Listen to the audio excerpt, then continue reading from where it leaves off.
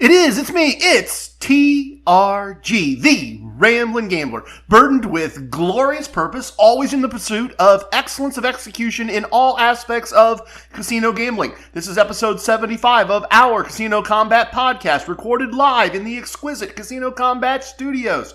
If this is your first time, welcome, and thank you for giving our podcast a try. If this is your next time, thank you so much for coming back. Let me very quickly cover the important details and my legal backside, and then we will get started. Ladies and gentlemen, non-binary persons, Captain and Tennille, do not gamble with money you cannot afford to lose. Do not gamble with money you need to pay bills. My past performances are not indicative of anyone's future results, including my own. If you have a gambling problem, contact your local problem gambling hotline. If you do not know your local problem gambling hotline number, send an email to help@casinocombat.com. We will find that number for you and make it available to you. Everything I'm going to share with you in this podcast is based in facts. Names and dates have been altered to protect the innocent and the guilty. Minor items, unrelated outcomes may be omitted in the interest of brevity and clarity. Excellent. All right, we've got that out of the way. I do have some information from around the Casino Combat galaxy for you, but first, let me lay out the battle plan for this episode. If you listened to episode 74, we finished part 1 of the virtual VIP lounge interview with Professor Slots, and he was asking me at the time if people win playing poker. So we will hear the answer to that and the rest of the interview as the final segment in today's episode. I'm going to start us off with What Does the Math Say segment and look at the math behind a player having a blackjack when the dealer has an ace showing. Unsurprisingly, I did some gambling last week. Actually, well, I'm going to call it a week, but it's really over like the last 10 days because of the way the month of December started. But we will have a travel segment today because of that. I'll share my results, but what I really want to do is show you the same casino plan producing winning results two very different ways. So that's it. With that, our plan is set. Math, travel, and Professor Slots in the virtual VIP lounge. Despite not hearing from Guardian and the Jet, there are some things happening in the Casino Combat galaxy that I should share with you. First up, Inner Circle member Virginia Casino player Doug, 8 to the ring, and I were emailing back and forth a bit recently, and he mentioned that he's planning to buy several of the books in the TRG Recommend section of the website, but he's holding off on getting a vest until the casino that just broke ground near his home is open. Makes sense. He's hoping that by that time, I will have vests available that say Casino Combat Squad on them. So I wanted to share my response to him with all of you because it applies to all of you as much as it applies to him. We may, at some point, have some merch to sell. In fact, the website, casinocombat.com, is getting a major upgrade as we speak, and that will include the ability to sell products if we decide to go in that direction. Having said that, if right now, with us having nothing to sell in that regard, if you want a vest, or frankly, a shirt or a hat or a mug or whatever, that says Casino Combat on it, has the logos, has the layout, that kind of stuff, I have a couple of options for you, particularly as it relates to the vest. First, if you're an Inner Circle member, you already know where I live. And so in that context, I'm happy to provide you with my address, and you can have the vest that you can order from our website from Amazon shipped to me, and I will arrange for a friend of Mrs. TRG's to add on all of the things to the vest that are Casino Combat logos and all of that. She already did one for me, so that is not a big deal for me to do. She's done it. I know she can do it with that vest. I kind of know the layout that makes sense on that vest, and we'll be happy to do that. We'll get it turned around quick for you, and I'll send your vest to you as soon as it's finished. We'll be happy to do that for any of you that are Inner Circle members that want to go that direction. Beyond that, if you're someone who's listening, you're not an Inner Circle member, you are welcome to email me, trg@casinocombat.com, and let me know you need the art and logos from the podcast to do a vest or a shirt or whatever you'd like to do, and I'll be happy to send you those art pieces as email attachments, and you can customize whatever you'd like with them. That is more than fine with me. I'm more than happy to do that. Looking toward our next couple of episodes, things are going to be potentially a bit crazy, but I'm hoping to keep putting out new content during the holidays. At the end of the current week, Mrs. TRG and I are going to Biloxi to see some new casinos. Then we're coming home for Christmas with the children and the young lion, and then we're heading out to Las Vegas for New Year's Eve. Having said that, I'm also getting ready to record another conversation with Charlie Frere, the author of Casino Fun 101. I'm going to do that later this week, and I'll want to share that with you next week as Charlie and I are going to discuss some of the ways in which his play for fun differs from my play for profits. Just kind of two different approaches. At least I think we see things differently. That's kind of the point of the conversation. So we'll find that all out kind of together. It should be both fun and informative, I think. Along those same lines, I got an email this week that had me thinking, why can't we go backwards for once? Backwards, really fast as we can. Really put the pedal to the metal. You know, Bill and Ted did it. And that may seem a little strange and out of place, but here's kind of the prompt for that thought. The email I received was from someone who just listened to episode 14, where I mentioned wanting to have someone on the podcast who understood playing craps to minimize the house advantage. The listener has 20 years of experience in that specific area. And so as I discussed with him doing an interview, I had to mentally go backwards very fast. Episode 14, published 14 months ago. The podcast was admittedly very different back then. No one had found the games. We had no inner circle members. I hadn't played craps in over 20 years. All of that stuff. As we were discussing the interview tech, sorting out how all of that works, discussing what we wanted to talk about, I had to, at various points, metaphorically, go backwards very fast and catch him up on what he has not heard yet. In the process, I'm getting to know a skilled crafts player that should have a wealth of knowledge to share with us in an episode, hopefully over the holidays, depending on how his time is allocated and how we can make that work. Much like getting in a phone booth and traveling through time, the next few weeks and episodes should be a lot of fun. I think the battle plan calls for looking at what the math says next, following the sounds from old T-Rex. 3.1415926535897. I thought we would take a few minutes today and look at what the math says about the insurance bet on a blackjack table, and more specifically, I wanted to look at what the math says about the insurance bet if the player has a blackjack. That is a much more interesting question, and that's what we're going to talk about after we do some background. The name of the segment is, What Does the Math Say? So let me explain the insurance bet, and we will look at what the math says before digging into the math of the insurance bet when the player has a blackjack and the dealer is showing the ace. The insurance bet is an additional bet that you can make only if the dealer's first card is an ace. When this happens, the dealer will pause the game and run one hand in an arc from their right to their left saying insurance open, and then back the other way saying insurance closed. In between the start and end of that, players may bet up to 1/2 of their original blackjack bet as an insurance bet. So the entire process goes like this if there's a $10 wager. A player bets $10 on the blackjack hand. The dealer reveals an ace as their up card. The dealer asks if anyone wants insurance, and the players put $5, 1/2 of their original bet, on the insurance line in the middle of the table. The dealer closes the insurance bet and checks their hidden card. If they have a 10, all the player bets are lost except the insurance bet, and the insurance bet pays 2-1, which is $10. If the dealer does not have a blackjack, the $5 insurance bet is lost and collected, and play continues. Strangely, I often see people with very average to horrible hands, things like a hard 14, and they make the insurance bet. I really don't know, but I think their internal thought process is that they have what is probably a losing hand, so maybe the dealer has a blackjack and they can achieve a push, basically. Let's look at what the math says about that, about making that decision. When you have a horrible hand, but you decide you're going to take insurance because you're probably losing anyway, if that's your thought process. Maybe you just like to gamble and any bet's a good bet from your point of view. You know that's not how I think.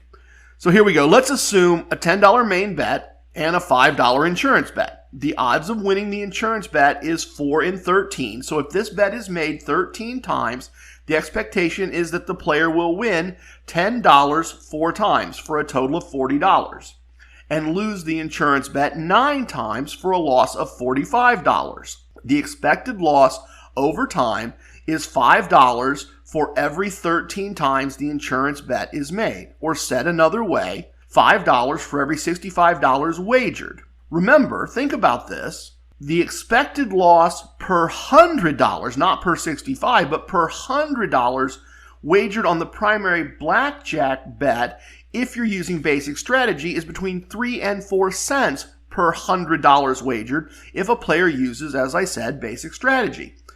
The math says that generically the insurance wager is a horrible wager to make. In reality, most average to above average blackjack players know to stay away from the insurance wager in most situations. Alright, with that background out of the way, let's look at what the math says about a more specific application of this wager, one that tends to be more tempting for people. Making the insurance wager when the player knows they have a blackjack and the dealer has an ace. Let's look at the math of that. And then let's be realistic. More specifically, you're not going to really make that wager in most casinos. What you're simply going to say to the dealer is, I'll take even money. You don't usually, if you have a blackjack, go through the process of actually making the wager, making change to get half of your dollar amount right and all of that.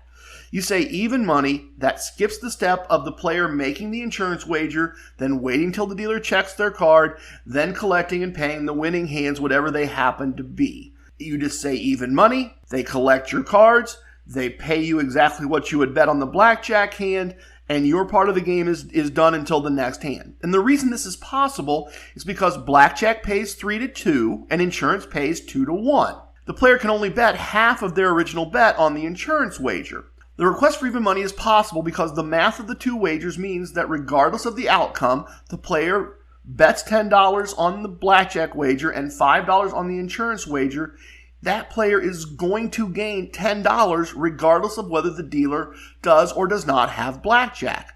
The math says no other outcome is possible. And often this comes up at a table, and the person is sitting there and they're thinking what they should do, and the amateur advice on this is often said this way. Well, you bet $10 to make $10. Why not take even money? As with most amateur advice, this advice is intuitive, but wrong. And that's the math I want to look at today so you can understand why that, well, you bet $10 to win $10, why not take even money? Why that is bad advice and the wrong decision. The math of taking insurance when the player has a blackjack looks like this. 30.74% of the time, when the player has a blackjack, the dealer also has a blackjack. And 69.26% of the time, the dealer does not have a blackjack. So if this situation happens to a player 100 times, and they take even money 100 times, the player will receive $10 times 100 hands. That's $1,000 taking even money. If the player plays those same 100 hands and refuses even money, the player will push, neither win nor lose money, 30.74% of the time, and 69.26% of the time the player will be paid $15. $15 times 69.26 means the player will get paid over those 100 hands $1,038.90. $38.90 more than taking even money on all 100 hands. The math says that even if the player has a blackjack, taking even money, which is to say making the insurance bet, is an incorrect choice financially. Further, unlike some aspects of basic strategy, this is a very, very easy thing to remember. When you have a blackjack, refuse even money. But it's difficult. It requires discipline. It's tempting when you have a larger bet in the circle to get paid and move back to a lower level bet.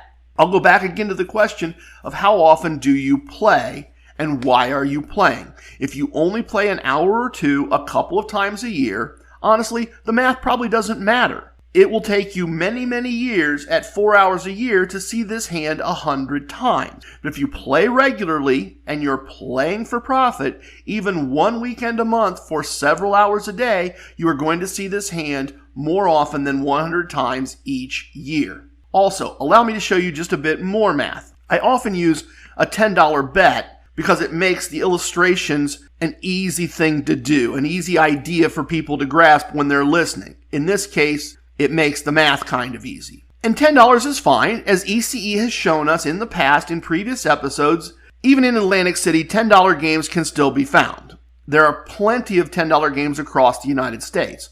But how many of you who are listening to me are actually playing $10 tables? Myself personally, I don't even find them very often. And I don't play them when I do. Or, said a different way, I might play at a $10 table, but I'm not making a $10 unit my unit size. So the math says per 100 hands, we are not giving up $38.90 every 100 times we play this hand. If you're making $15 wagers, you are giving up $58.35 in profits. If you are making $25 wagers, the number is $95.25. If you've followed what all of the math says, you have realized that the numbers for those of you who use my wagering system is still worse because we're not flat betting. Look, please listen. If you have been listening to me for any period of time and you are still making the same flat bet over and over, please email me and explain why. I cannot find a single good reason for that. And if you have one, I'm happy to share it with people, but I want to hear about it. Good players that I know are not making the same flat bet repeatedly. If you are using either TRG Wagering System 1 or TRG Wagering System 2, Always Be Grindin', or something you've created on your own that involves systemically raising and lowering your wagers, you are often making a wager larger than a single unit. In my system, you're going to be going between 1 and 4.5 units, regardless of which of the wagering systems you're using. Let's keep this math simple, okay? Let's assume that over the course of 100 hands, where you have blackjack and the dealer has an ace, your average bet is 2 units, kind of right in the middle of that 1 to 4.5 range. Sometimes it's 1 unit, sometimes it's 3 units, sometimes it's 4.5 units, depending on what you're playing. But over 100 hands, we probably come out close to 2 units per hand. That means all the numbers I gave you previously are doubled. $77.80 if you're using my wagering approach with a $10 unit size, $116.70 at a $15 unit size, and $190.50 at a $25 unit size. How many hours of your time in the real world at a real job does it take you to earn that kind of money? And or how often do you want to give up that kind of money from your retirement funds if you're no longer working? $10 per hand is the illustration amount. It's not the total amount involved for most of us. I just before I started recording this took a quick look back over the monthly results since I started doing this podcast. There are 3 months where I can assume with a high degree of confidence that the difference between a winning and a losing month was playing this hand correctly. The math says that even if we have a blackjack, making the insurance wager or taking even money is a money-losing choice over an extended period of time. The travel segment is next. I'm going to distort time just a little bit. The value in this travel segment isn't in the table-by-table review, in my opinion. It's in a trend that has occurred and in the comparison of 2 different casino visits that involved the exact same plan. Based on how the month started in the middle of the week and then the way family holiday plans kind of took up all the weekends, I'm going to give you roughly 10 calendar days of gambling. And most of it was on weekdays because of how the weekends were packed, as I said, with family stuff. So we're going to call this a week. Technically, it's about 10 days, but it's a normal week's worth of gambling, basically. That will also get us back on a real-time schedule, hopefully. Knock wood. We'll see how long I can keep that up. This is reality podcasting, but at the same time, this podcast is roughly 25% of my reality. I've got, a whole bunch of other stuff that goes on besides just what you hear about in the podcast. This first casino visit in this kind of week I'm making up was to the MGM slot parlor about 45 minutes east of my home near one of my customers. This was a very random visit. It was planned but not planned, I guess. It's a neat example of casino wisdom number 81, ABC, always be casinoing. And I think it should be kind of a cute little bit of content. Cute? I don't know. An interesting little bit of content. You see, Mrs. TRG sold some of the casino gifts we'd received and don't want in an online Facebook group. And the buyer said, hey, could you, we live 90 minutes apart. Could you meet me halfway? And initially, Mrs. TRG said, yeah, that doesn't really work for us. 45 minutes of time and fuel plus 45 minutes back. It's going to make this a money loser for us, even though we're going to get some stuff out of the house that we don't need. And the buyer kind of understood that. And then she mentioned that she works 45 minutes from her home and she's 45 minutes from us. And wait for it, near the MGM casino at the horse track, right near my customer. Could any way possible that, we liked casinos and we could meet her there? Well, that was a deal that worked for us. I met the buyer on my way to my customer and gave her the things we didn't need, and she gave me cash money. And then while I was there, I went inside to use TRG slot strategy El Numero Dos on a slot machine. And if you're not familiar with that strategy or with TRG slot strategy 1, which I always use for free play, I've got all that written up. It's in an ebook called Casino Combat Slot Tactics. If you go to the website, casinocombat.com, find the Fred section, and you can download that directly. It's completely free. I'm not trying to make any money off of that, just gamblers helping gamblers. And the cool part about using that strategy was walked in, picked a machine that I liked the graphics on, picked a machine I liked the subject matter, made sure that it paid progressive bonuses on any dollar amount, and used my strategy and walked back out with a very nice win very quickly, about a sixth of a day's pay, just boom, done. And a great hourly rate, by the way, which is something Gabriel and I often talk about. You know, there's a big difference between walking into a building, playing a slot machine, and walking out with a meaningful portion of a day's pay in just a few minutes, right? If you multiply that by hours, you know, I made several $100s an hour on an hourly basis in that period of time. Conversely, if you spend all day at the craps table, you know, spend 6-7 hours at the craps table, you buy a half dozen drinks while you're doing that, and you walk out with $100, well, your hourly rate's horrible. You know, your hourly rate's absolutely ridiculous. So that's just another kind of way Gabriel and I sometimes look at things. And yes, that's not what I was supposed to be talking about here. I ended up off on a tangent. Sorry about that, T-Rex. So I go to my client, do some work, and that was the start of my out-of-town trip, my only out-of-town trip for this episode. You know, I'm part of the way to my home casino, so I head to my home casino. You've heard this pattern before. This is pretty normal. If you're a regular listener, you know how this goes. Work in the morning, part way to my home casino, which is Casino 2, and that's 2.5 hours east and south of my home. A wonderful little My Choice property. If you figure out the real-world name and location of this casino, Casino 2, my home casino, using clues in the podcast, if you can do that in 3 guesses, 3 applications or less, you become a member of the Inner Circle of Casino Combat. Details for that are all in episode 22. It's a fun little game that's built into the podcast from the very first episode. And we also have, to honor our Inner Circle members, we have a little bio of each of the Inner Circle members and when they joined on the website as well. It's kind of a recent addition to the website. At my home casino, I had my normal 2 days of goodies to collect, and that's why I go on that day of the week, because I get stuff on the day I arrive and I get stuff on the day I leave. And so the first night, my room and dinner were comped. I received a 10 times multiplier on whatever free, tax-free imaginary money I might happen to earn, and I got a match bet, and it's a slightly larger match bet than I got last month. And I'm seeing that at a variety of properties, that my free bet and match bet money's kind of going up, and I think it's because I started using the meta martingale where it's appropriate. I wasn't doing that in the early part of the podcast because I hadn't shown you all my wagering systems, and I didn't think that was fair until I showed you everything to kind of put it all into place. And I wanted to show you it could work with what I'd already taught. But now that I've taught it from a wagering system point of view, I pretty much taught everything I do. I've been using Meta Martingale more, and then I'm seeing this increase in what free bets and match bets I get because my average bet size is going up. At least that's my theory. Who knows? Maybe it'll go down next month, and I'll go, okay, well, scratch that theory. So did that. The next morning, get up, comped breakfast, another free money multiplier, another match bet, and some very nice free slot play.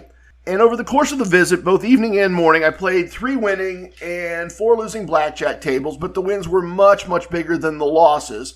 I also played 2 losing slot machines, very frustrating, but I left the property with roughly a day's pay more than I entered the property with. The one observation I'll make regarding this casino visit is that this is the casino that was running a promotion about a month ago to encourage guests to start using a virtual wallet in their app. And that's they call it a virtual wallet. You hook it to a bank account, and you don't need to use an ATM. You can just put money directly into slot machines directly from your bank account, well, by way of the virtual wallet.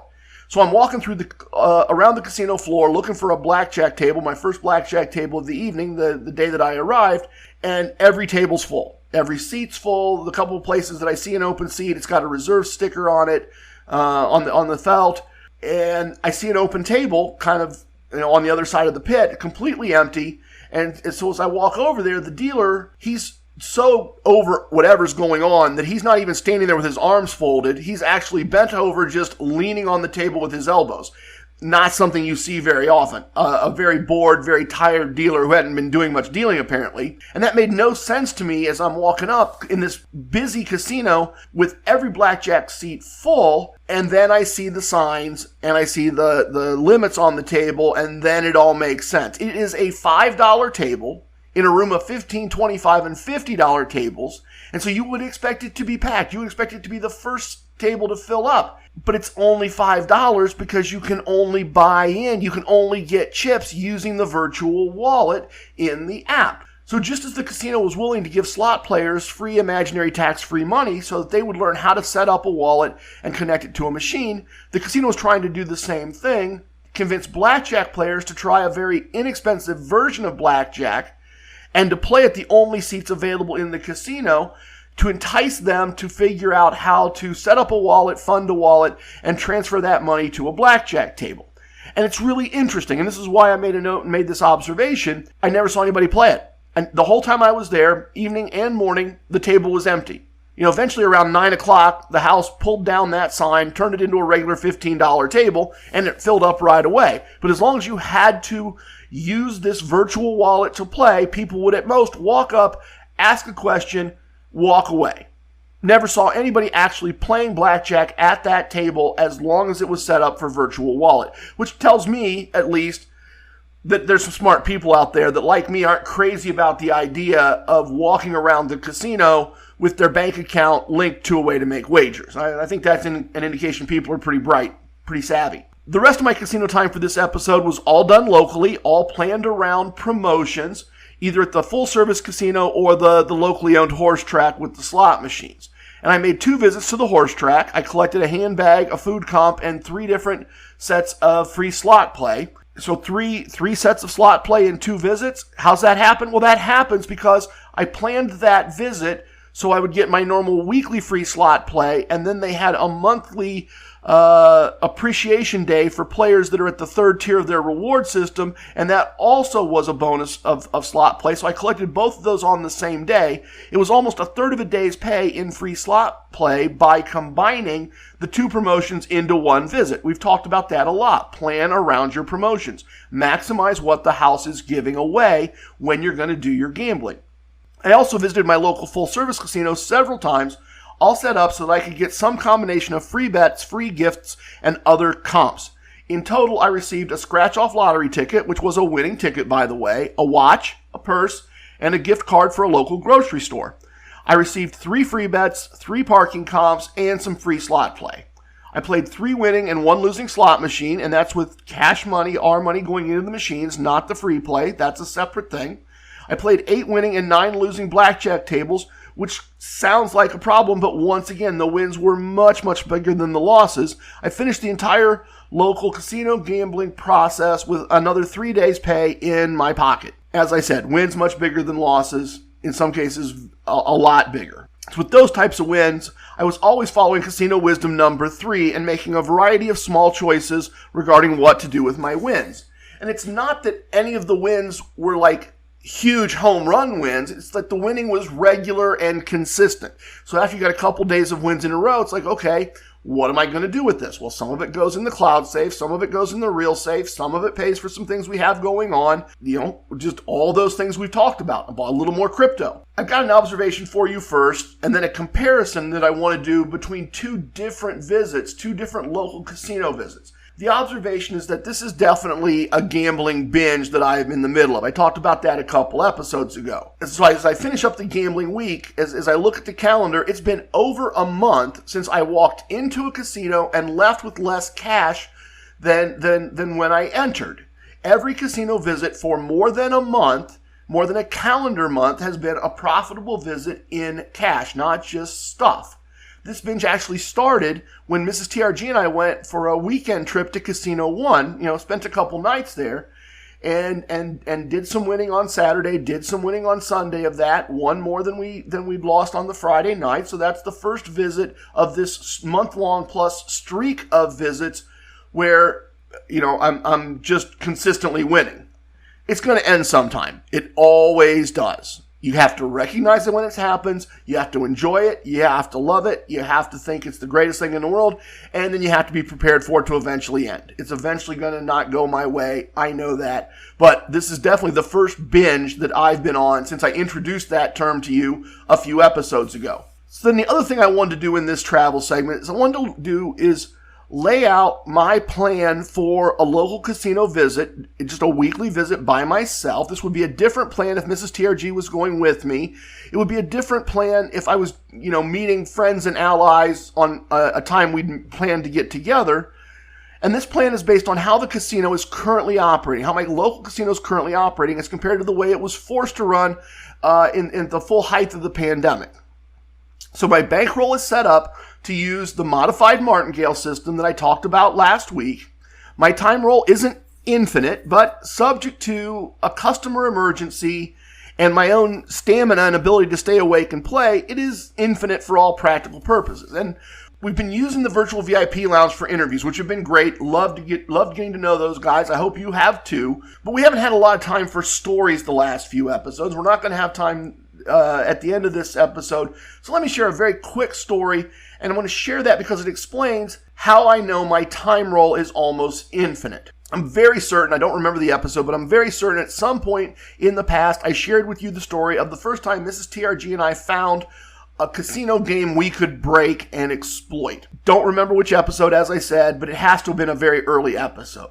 Everything I tell you is always true, and I always say from a certain point of view. Very famous quote. I hope some of you figured that out. But much like everything, take Back to the Future 1, right? Everything we see in that episode is true from the point of view of Marty McFly, the protagonist. So from a certain point of view, Back to the Future 1 is absolutely true. And then in Back to the Future 2, we see those events while learning other things were going on that we didn't see in the first movie. So what you didn't hear about when I told you the story of finding the broken game at the casino and taking advantage of it was something that happened outside the scope of that story I was telling in that episode. And that's what I'm going to tell you about now that ties back into this infinite time roll. So we're at a point where we've been playing, and we took a little breaks to get some air and went out onto the sidewalk to take a look at the volcano, at the Mirage across the street, watch it go off. It was still a pretty new thing at that time. They had just opened that casino, and we'd been playing a long time. And we'd been putting down a Coors Light every time the waitress came by. And by put down, I mean we put down the empty one and got a full one from the waitress.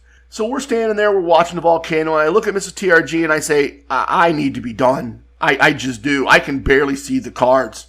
I have had so much to drink. I barely can see the cards. We're leaving tomorrow. We got to get to the airport at a reasonable time. I think we need to wrap this up. And she looked me right in the eye and she said, you listen to me. I don't care how drunk you are. I don't care how tired you are. You are not quitting until we have 2 losing shuffles in a row. That's what we agreed to do. And I don't really understand, and then she says, this is her words, I don't really understand exactly what we are doing, so you need to keep playing. I can't do this by myself. So I did what my wife said, and I kept playing, and we played until the dealer shuffled the cards twice, and we didn't win any hands, so 4 losing hands. And it was a big win for us, the first really big win we had. It's a great memory. It's still something we talk about today. Now, the amazing thing is, looking at it in hindsight, is that my wife, who was very, very early in her gambling journey at that point, intuitively understood a fundamental gambling concept. You don't leave the table when you're on a heater, which in normal English means if you're winning, you keep playing until your exit condition occurs. And then for myself now, kind of building off of that, I also do that when I'm not winning.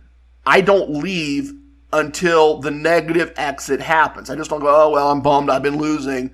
I stick to my plan even when I'm losing, regardless of how much time it takes to either hit that winning condition or that losing condition, at least 99% of the time. Mrs. TRG is such an amazing person that thing she told me when we'd been married like 3 years, she's lived with that ever since. Ever since then, ever since we stood in front of that volcano, for the rest of our marriage, she has lived by the fact that you don't leave when you're winning.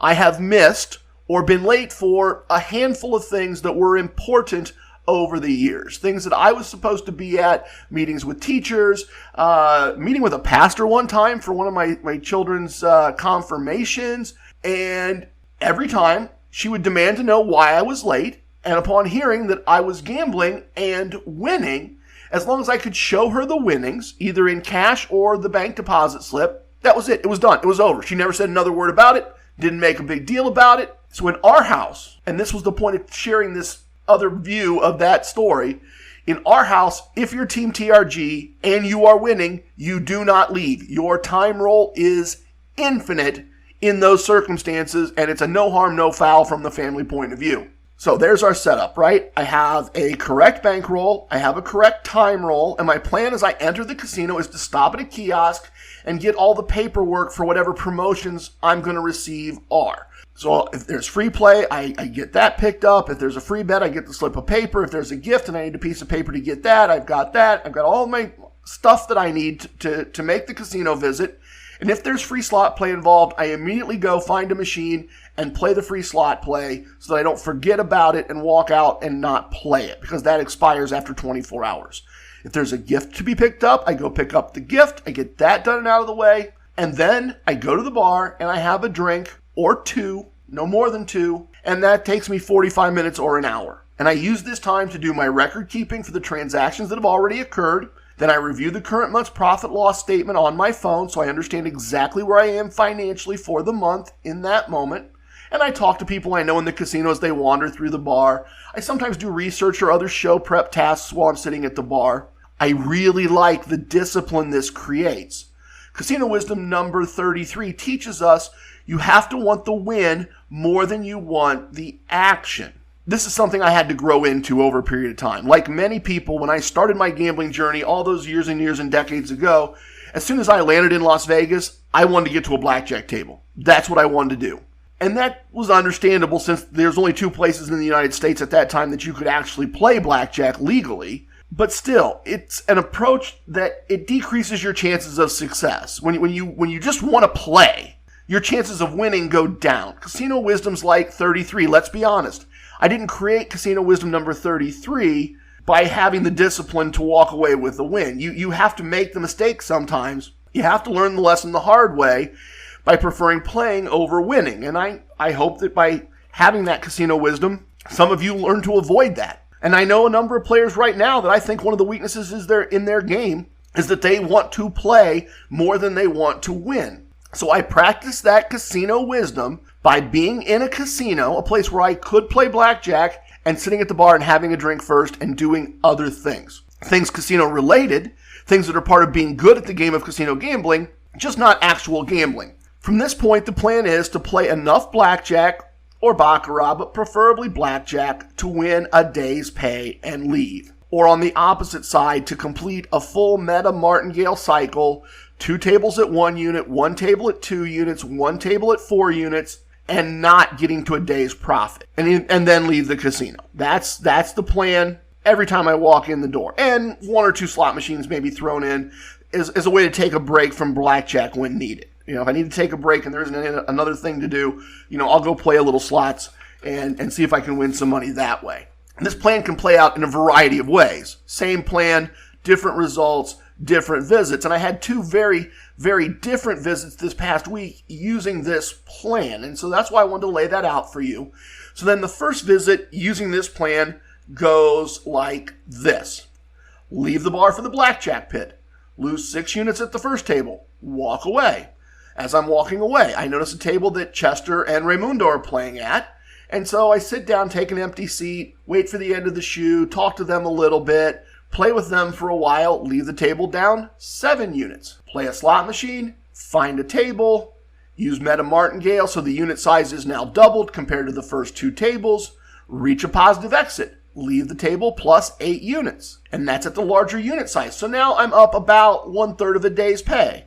A nice recovery, back on track, but not enough of a win to satisfy my plan and leave the casino based on what I intend to do. So I check in with Gabriel at the craps table, I grab a water at the bar and review all the amounts for the visit to confirm that what I'm thinking in my head is where I'm actually at, check all of that, look at things from a profit and loss point of view, Play 2 more losing tables with the base unit size again, and a losing table with the Meta Martingale, easy for me to say, with a Meta Martingale double unit size. Take a break, walk around looking at the Christmas decorations, send Mrs. TRG a text to let her know where I am since she'll be getting home fairly soon.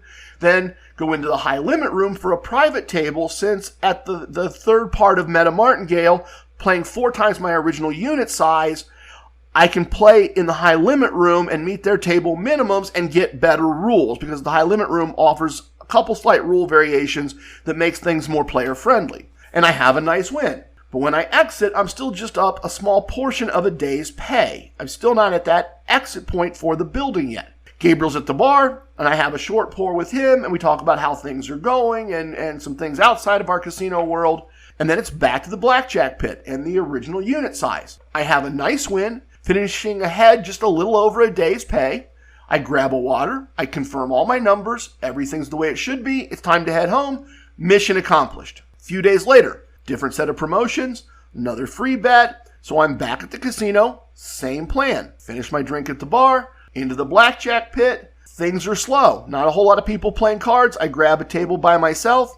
Everything goes my way. At one point, I win so many hands at a 2.5 unit bet on the progressive side of Always Be Grindin' that I actually go up to a full 3 units and win a couple hands at that level. So win, win, win, win, win, win. After a little over an hour, and this is back to that hourly rate thing, I lose 3 1-unit bets in a row, and I exit with a profit of almost 2 days' pay from that one table. From that, I play a slot machine on the way out. I win enough money to make it a full day, 2 days pay, and I leave the casino.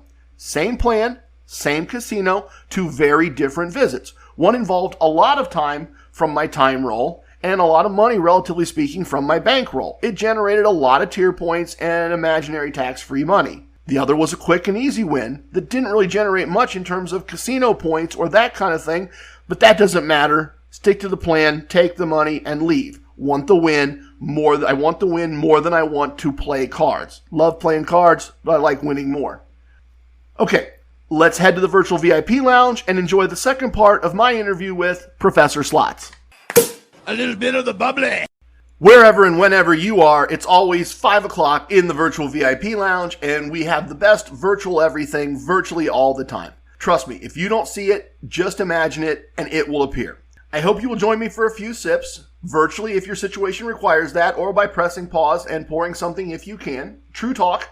Once I finish this up, I'm meeting Gabriel for a couple of smoky bourbons at a local distillery. So I'm enjoying some locally bottled, handcrafted, artisanal still water today while we catch up with the rest of the Professor Slots interview. And last episode, we left off with Professor Slots, the author of the excellent book, Learning to Win, asking me if anyone wins playing poker, a question that left me feeling a bit like I did in college physics, thinking I know the answer and not sure I understood the question. Here's the professor's answer to that question and then the rest of our conversation.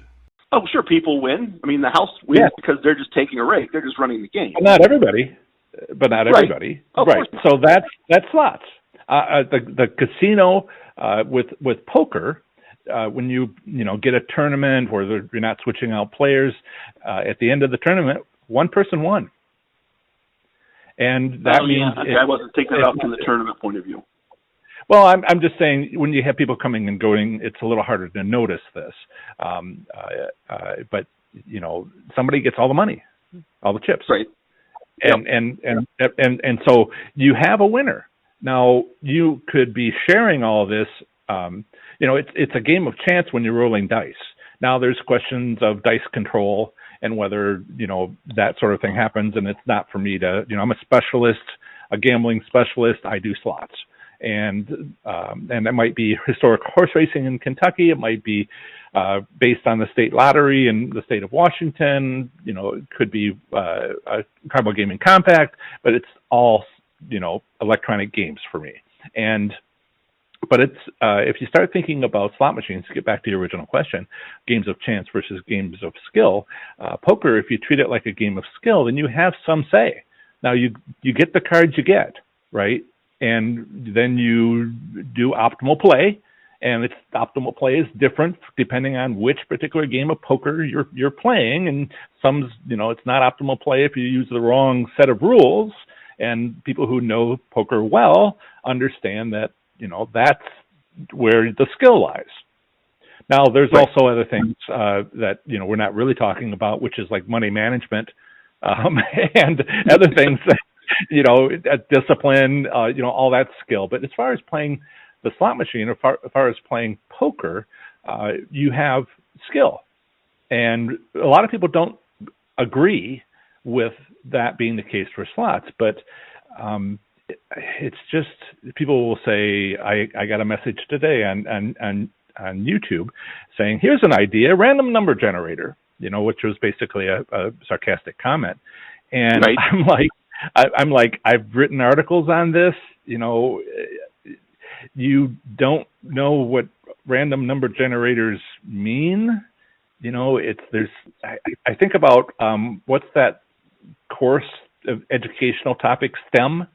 It's like, we could use more of that kind of education. A lot of people think about you roll a die, one of them, and it's a 1 in 6 chance that one of the numbers will come up. And that's just not how slot machines work. One of my audience members during a live stream appreciated my using another game, roulette. Spin a wheel on roulette, and it slows down, comes to a stop. If it's perfectly level, it's an honest game, and it's randomly determining one of the numbers. That, is not a slot machine. The reel on a physical real slot machine, is spinning, and it is not, going to land after it slows down and stop. It's not that kind of random. All the slot reels are on motors, and they're going to stop based on the decision made when you made the bet. Sorry, everybody, didn't know that. The machine didn't tell anybody, it's still a surprise to you. After all those bonus rounds and everything you made, all that decision making was made right when you press the button. You're just, they're just extending when you find out how you did. And that, and then and I'm sure you know this, but from my real job in computers and IT, I have always been told, I have always learned, I have always told people that computers can't actually generate truly random numbers, which is why I always thought slot machines generate 3 and pick 1. Is that right? I've taught that in physics. It's pretty good these days. There was a time 15, 20 years ago when Intel had a bad chip, and the random number generator was like off. It wasn't random, and everybody was like, I need to have the chip replaced on my computer. All that's long since been fixed. You're right. It is not random. You would not want to do this to determine the weight of the universe or, some astronomical calculations, which people I know do. And you need something that's better than that, better than what can be done with a chip and a kernel. But it's all of those are close enough. It's good enough, unless you're trying to do very sensitive scientific measurements. It's not at all good enough. But for casinos, for slot machines, you'd never know the difference. It's they make revenue is like $1.8 billion a month on a mid-sized Indiana casino. Profit is. They return 90% of that, which is a shame because Nevada returns 93% of it. They're on the other end of the spectrum. This is what happens when you look at the state laws. But this is what you learn. But so they make $180 million, because that's 10% of $1.8 billion per month. Now they have to pay their electric bill, and they have to do the other fees and then pay their employees. So it's not all profit, but it is what they start with as far as profit. And that's what was your question? I got distracted by billions and millions. Well, no, we did what we both do. We started one place, and then we went someplace else. And then we ended up to the point where we're not sure where we started, and we'll find out if the audience thinks that's great or if the audience thinks that's less than great. I suspect they'll think it's fabulous. And then I'm going to hit you with a question I've always wanted the answer to that you just made me think of, which is more of us being us, I guess. So, you said that when the random number is generated, I was actually just talking to Mrs. TRG about this a couple weeks ago. You said that the random number is generated and the machine knows how much you're going to win, but you're just waiting for it to reveal that to you. Yeah. So jumping off of that thought, I push the button, right? Yep. The cute little panda or the phoenix or whatever starts dancing, and I get the game where I get to pick the coins or the symbols that determine what progressive I get. Is it inevitable, regardless of what coins I pick, that the progressive is going to be whatever it's already been decided when I push the button? Yes, except if it's a Class 2 machine. On a Class 2 machine at a tribal casino, that choice matters. Okay. On a Class 3 Vegas-style machine, that choice doesn't matter. Now, let me just sort of explain the pushing of the button, because we brushed past that maybe a little bit too fast. You press the button to make a bet. The random number generator calculates. Everybody who says random number generator is right about this part. What they get wrong is a poor explanation that's out there that I'm thinking about correcting and maybe break the internet when I do it. But the poor explanation is, what is it picking from? It's randomly choosing what? And that's where people go wrong. And I need to explain all this at another time. But the second thing it does, okay, so, brushing over that little detail, so I don't break the internet on your show. Yo, no, do it on your show. You deserve it. Yeah, no, I love it. Can you handle the truth? But in any case, the second thing, and they do use the random number generator. It doesn't have to be the same one that's legally protected. They use a random number generator to say, okay, so the first time the random number generator we found out how much this person is going to win with this bet. The second use of a random number generator, and doesn't have to be the one that's legally protected, that was used the first time, chooses how might I give this amount of money to the player.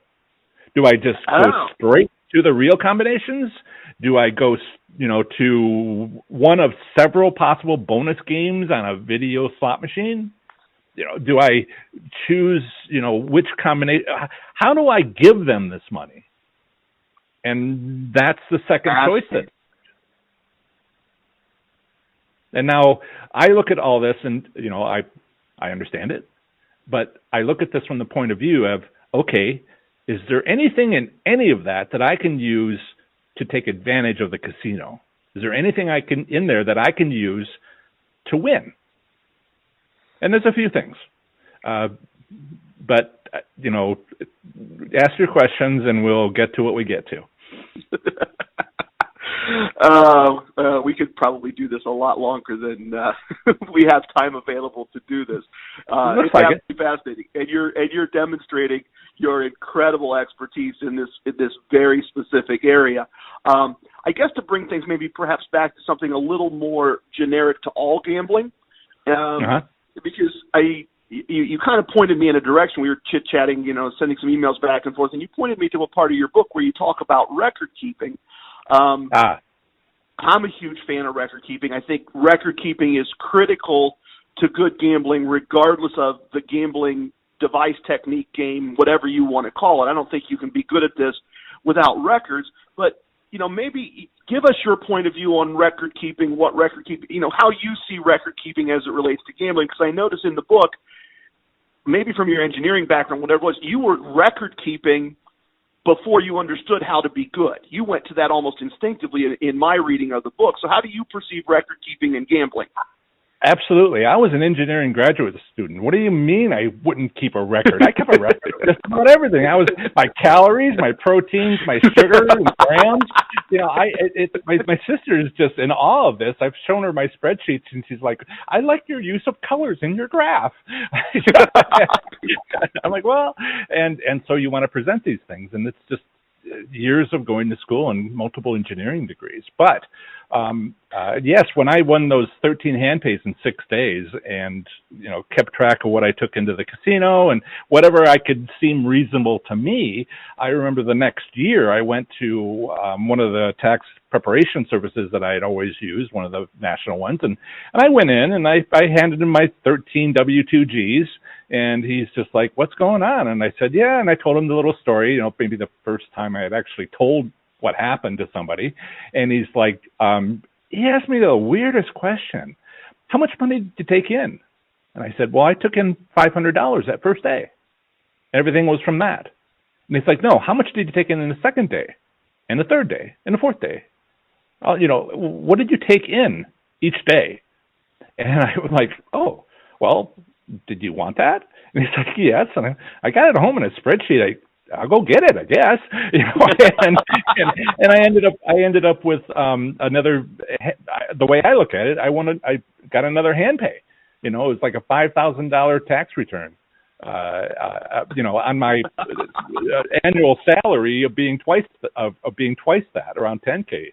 And I was just like, I never thought I'd actually make any money from keeping records. That's a new one on me. But yes, if you pay taxes and you want to get them back, a lot of people, you can deduct up to your winnings. Now, you may not have winnings. You may not have a W-2G, but you can, if there's other things that you can get. You actually have to win. The second thing you have to do, and you can spend it, but as long as you keep a record, you're safe because you can get those taxes that may be mandatory. You can get those back if there are taxes if you win a hand pay, for instance. But you do need to what's the term that we're looking for here? Itemize your deductions. Oh, right. And, yeah, that makes sense. And I talked to lots of slots players, and they're just like, "Well, I don't make enough money to itemize my deductions." And I said, I tell them, you're one jackpot away from doing that. And it might be December 31st. You win $30,000 hand pay. My largest was $27,000, and I was like, God, that was shock for me. But if you record your how much you spend, and the IRS, the United States IRS is very generous. They say gas, food that you buy on the way to the casino, food you buy at the casino, if it's not free, keep track of certain pieces of information, and it's all right there in IRS.gov, and search for gambling deductions, and you'll find the articles and check the latest updates all the time, and I reference those a lot. But that's not enough, right? I want to know if going the morning after one of my strategies, the morning after a very busy night, the morning after Black Friday, is a good time to go to that particular casino. There's an accounting practice that I'm trying to take advantage of. Not all casinos have it, and those that have it don't always need it because they guess right the day before to get their performance metrics for a busy night. Anyway, I have articles on these things. But in any case, if it was, what about Christmas Day? Christmas is coming, Christmas Eve. How did I do last year? You're going to remember how you did where last year so that you know what you should or could try this year that worked last year. So when I create these notes, gambling record keeping for the IRS income tax preparation, I add a few more columns than the IRS needs, which is, notes, what kinds of wins, what technique was I using to win, which technique was I using but lost, so don't do that again unless it has a new owner. Then you need to check them again to see if the new owners switched to something that's common but wasn't at that casino before that happened. And so the gambling notes is actually gameplay analysis. And all it needs to do is like give you a $5,000 hand pay, and you're like, well, it kind of paid for it. Yep. Well, and I'm the same way. I've been a proponent of record keeping, for a long time, and it actually evolved for me over the last, 16, 17 months. I actually have, with a very, very simple technique, I didn't code anything, but I actually created an app on my phone, and I track every casino transaction. If I tip the girl who brings me a bottle of water $2, and then at some point when there's a break in the game, I stand up and fire up the app and record that $2. Everything I won, everything I lost, which machine I won on, how I won on that machine, and then also there's sometimes, I've got an other category where the number's always 0, but that's where I record other aspects of what I saw in the casino, because you're absolutely right. It's tough enough to remember 3 weeks later what happened. Right. And look at things from a monthly basis. It's challenging to remember exactly what happened, 6 months ago, a year ago.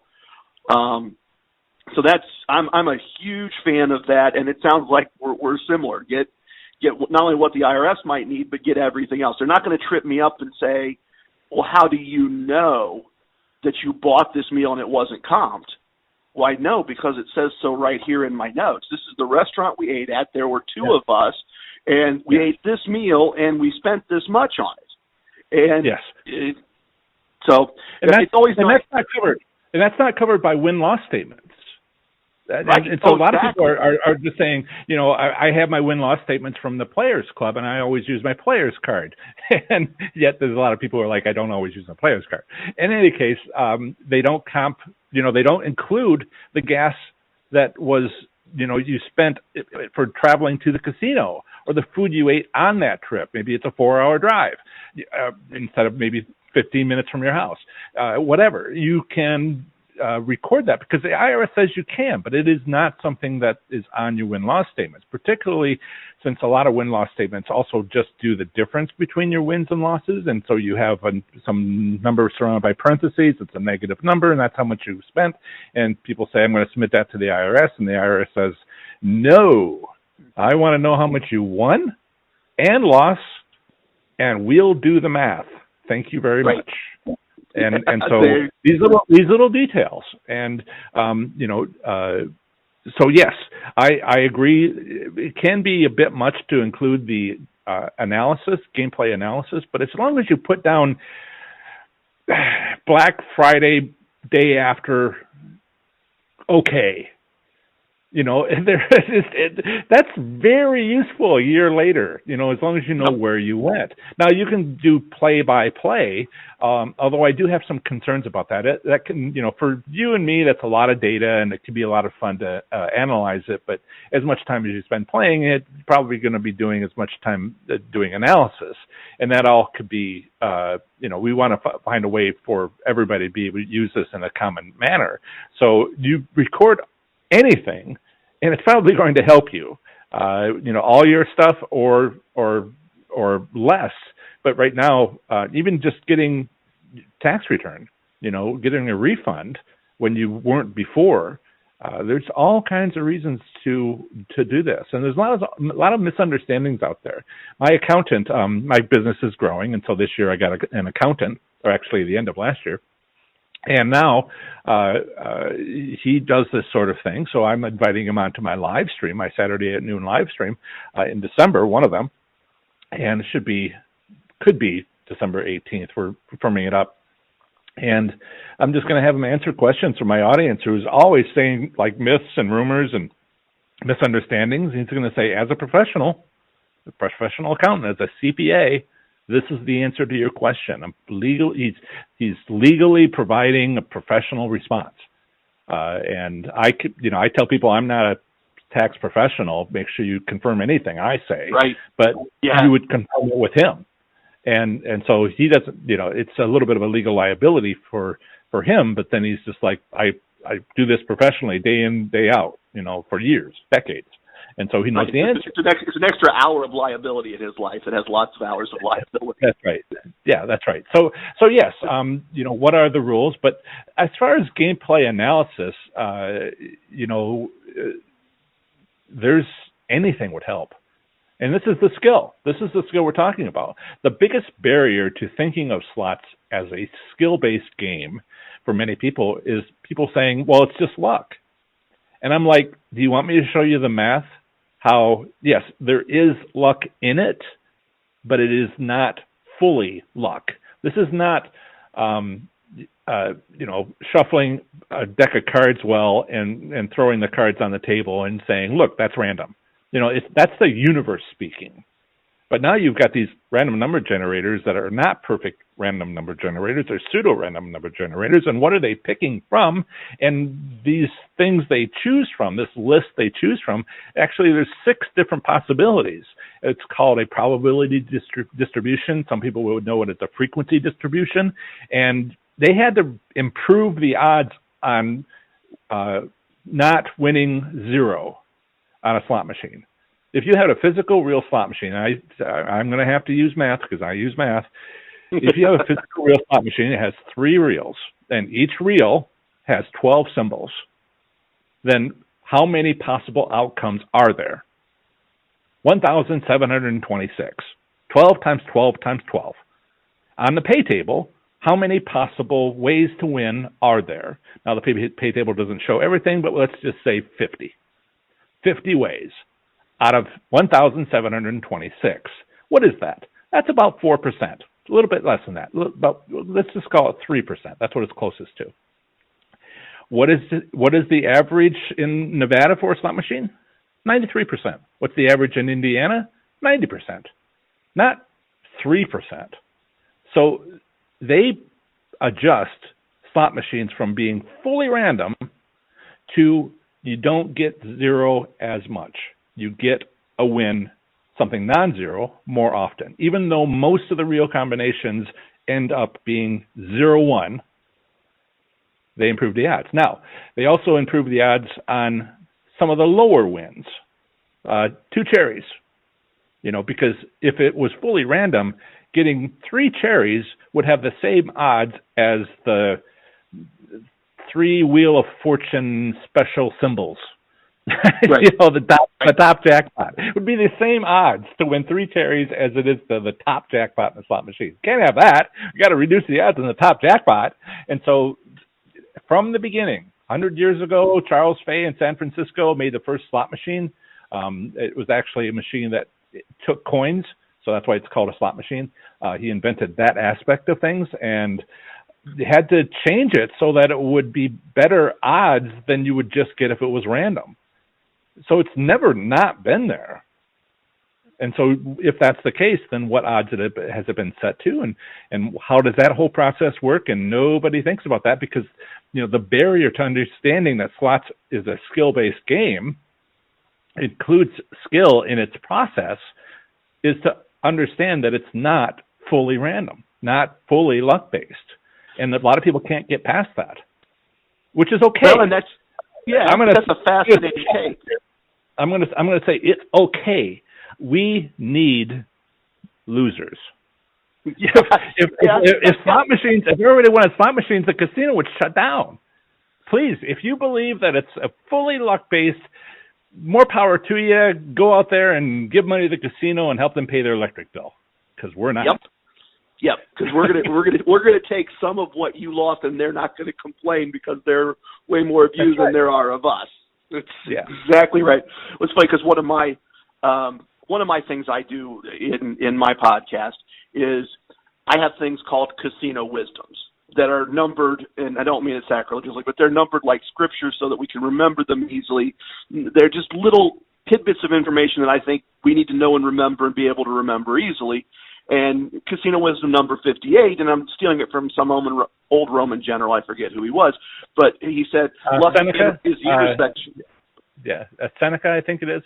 Yeah. Sounds right. Yep, sounds right. But it's the intersection of opportunity and preparation, and which says it isn't luck. It's as you're pointing out, skill. It's being prepared. It's being knowledgeable, and then it's taking the opportunity that preparation created. And you're kind of saying exactly the same thing.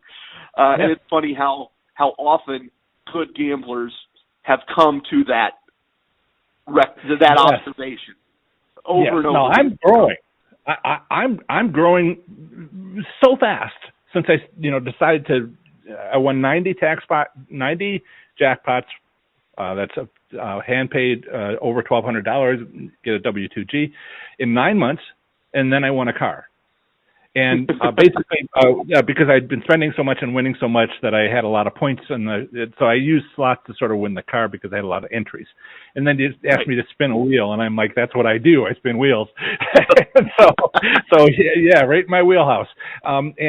So before I won the car, I was like, there's no book out there. I've got all these notes that I've been taking over these 9 months, and what should I do? What should I should write a book. And then I won the car, and I'm like, okay, now I have to write the book. And so I switch over to that and learn more and organize my ideas. And that's part of, I think, a previous question you had about, how did you go about doing this? Why did you write the book? And I self-published. I looked into actual publishing with a literary agent, and the percentages. A lot of people think you make money from writing a book. You don't. If you're a bestseller, you can get a royalty check and send your kid to college all 4 years, all 5 years. But if you're not a bestseller, it's less than $20K per book. And if you make 2 books a year, and they sell, on average, the medium amount, you might make $40,000 a year. And it's just like, that's $40,000 you might not otherwise have, but you do write every day. At least at one page. Right. and so I self-published, and it's basically to help people understand. A lot of my content is for free. A lot of the stuff that I share is just freely available. It's been great getting on YouTube. I probably should have done that first instead of last. There's things that are not posted there, but they are on my website, and the book is to explain where I got all this. But I recently realized a lot of people don't even go to the read books, and so I created an audio version, and it's all on Amazon. But soft cover, hardcover, ebook, all those are there. But I decided to create a course that would have all my ideas basically updated. Not quite constantly, a couple times a year, and I'll just redo everything a couple times a year. But if you don't want to spend $97 on my online course for slots enthusiasts, how to play 30 days to play slots smarter and win, just watch all my content. It's hundreds of hours. The course is meant to get you through my stuff kind of systematically. But it's all free too, except for the homework and the leading questions and trying to teach things. Just watching the video, you need to put it into practice, and I help you do that in the online course. But if you want to see it all for free, it's all for free too, and it just takes a lot more time. And this is what's being updated. The story of how I learned it, where I learned it, what I learned is in the book. But we're sweeping through casinos. They're sweeping through casinos with multi-denomination slot machines that are replacing penny machines. Yes, one of the choices on a multi-denomination machine is 1 cent, but now it's 2 cent, 5 cent, 10 cent. And so all those penny machines are actually being replaced with multi-denomination machines. And what does that mean? The minimum bets are increasing from penny machines used to be able to make a 1 cent bet. When did that go away? It's 68 cents, 88 cents. I think I saw as low as 30 cents one time, and I'm like, dang, just raise the minimum cost. Casinos, my goodness, how long? It's like a racket. But you can take advantage of casinos that do this, and I share how.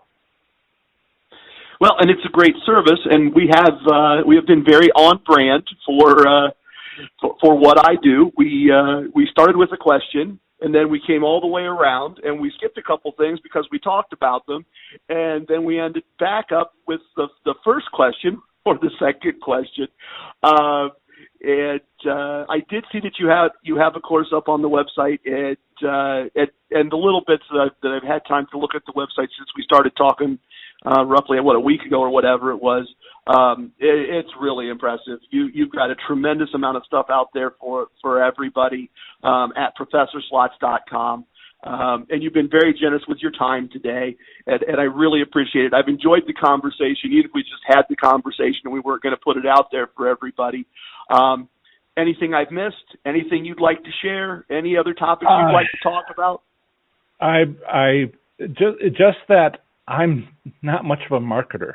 I put this stuff out there, and I just like, okay, done, and there's apparently quite a bit more to that. I'll try to say a couple of things. I have a YouTube channel, Professor Slots. YouTube.com/Professor Slots. I have a podcast, Professor Slots. I have a website, professorslots.com. I have, online course. I have books on Amazon. You actually need my name for that. Well, they don't because I have it. I actually have your book linked on our website, casinocombat.com, in the TRG recommend section, and that link has the book right there in the books part, and it will take them to all the versions of your book, hardcover, softcover, Kindle, audio. All of them are all right there for people. So wonderful, thank you. And there's more. I'm trying to be thorough, but one of the things that's the reason why I'm growing is not so much because I'm a great marketer, because I'm not. I'm trying to get there. Is because people want answers. It's becoming a situation where people are seeing strange things going on at their casino, like the stuff I talk about. And so they go searching for answers for stuff that they've seen. So I'm not trying to create a mystery in somebody's head on how things work. The people that are listening to this podcast who think about playing slot machines and go, that is the weirdest thing I have ever seen. It doesn't seem like that's, luck-based winning. There's some skill here. I wonder if somebody could explain it to me. And so that's who's finding me. Those people who are like, I'm looking for answers. And so, word of mouth. And if only I was good at marketing, then I'd be really popular. That's one of the reasons one of the visions I had, maybe one of the side reasons, one of the visions I had was, for years and years and years and years, for decades, I was figuring this out all by myself and reading books at the library. And then I met my very good friend Gabriel, and now I had a thought partner. And now we're starting to figure things out together. And we're able to compare his casino offers and his play, which he's very honest with me about, with my offers and my play, which I'm very honest with him about. And then gradually, as my podcast, Casino Combat, has grown, now I'm meeting other gamblers, and we're pooling our information and we're sharing our information. And I'm meeting people like you, and I'm meeting another author, Charlie Frere, and I'm hearing his feedback and his knowledge, and we're all getting smarter, and we're all kind of sharing what we're seeing happen together, because none of us are seeing all of it, but it is us against the casino. Us smart players against them, and the more knowledge we can gather, the better off we all are. It just absolutely helps us. I completely agree. Yep. All right. Well, the book is Learning to Win: How to Make a Profit at Slot Machine Gambling. I hope you've all enjoyed this conversation as much as I've enjoyed having it. Professor Slots, thanks for being on.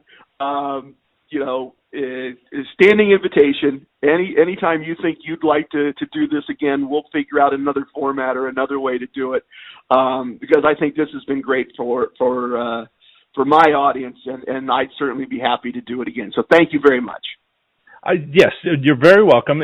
Thanks again to Professor Slots for joining us in the virtual VIP lounge. If you're interested in a PhD level look at turning slot machines from a game of chance to a game of skill, his book Learning to Win is linked on the Casino Combat website in the TRG recommend section. Please tip your waitresses, tip your bartenders, tip your dealers. If you have a host, tip your host.